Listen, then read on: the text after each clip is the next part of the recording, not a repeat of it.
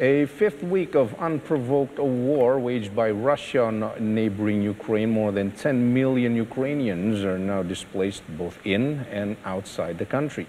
Russian shelling continues throughout Ukraine despite the Kremlin announcing new battle plans focused on the eastern region. On a trip to Europe, U.S. President Joe Biden says Russian President Vladimir Putin cannot remain in power, but later U.S. officials clarify that Washington is not seeking regime change.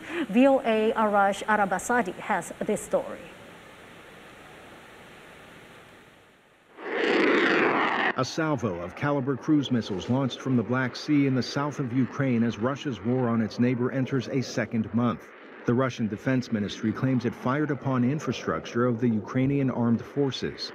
Meanwhile, in the Ukrainian city of Lviv, firefighters work to extinguish a blaze at fuel storage facilities hit by Russian cruise missiles. The next day, people seek comfort and prayer at Lviv's Church of the Holy Eucharist.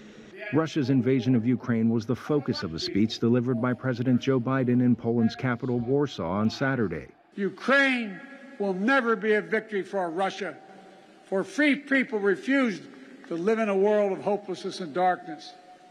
We will have a different future, a brighter future, rooted in democracy and principles, hope and light, of decency and dignity, of freedom and possibilities.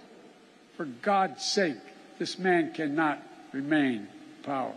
The president's speech capped a four-day trip to Europe where he visited members of the 82nd Airborne Division and Ukrainian refugees in Poland.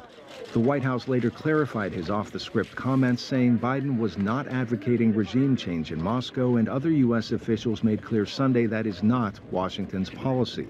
Anytime you say, or even as he did, suggest that the policy was regime change, it's going to cause a huge problem. This administration has done everything they can to stop escalating. There's not a whole lot more you can do to escalate than to call for regime change. Others say Biden's remark at the end of his speech about Putin should not be the focus. This should not overshadow what was an extraordinarily important and successful trip to Europe, one that the U.S. really led, as it has done so impressively, really, throughout this entire effort, and pulled together, guided, and then ultimately with this speech it was a very, very strong statement, obviously.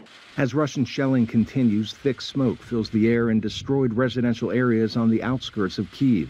Everybody should be concentrated over one goal: to make sure that Ukraine is capable, financially stable to resist and defend until the political solution, how to restore the territorial integrity of Ukraine and a peace around Europe, is there. Ukraine's President Volodymyr Zelensky, in an address, echoed calls for tanks, armored vehicles, and jets. He compared the Russian invasion to the way Nazis tried to conquer Europe 80 years ago, adding that no one will forgive them.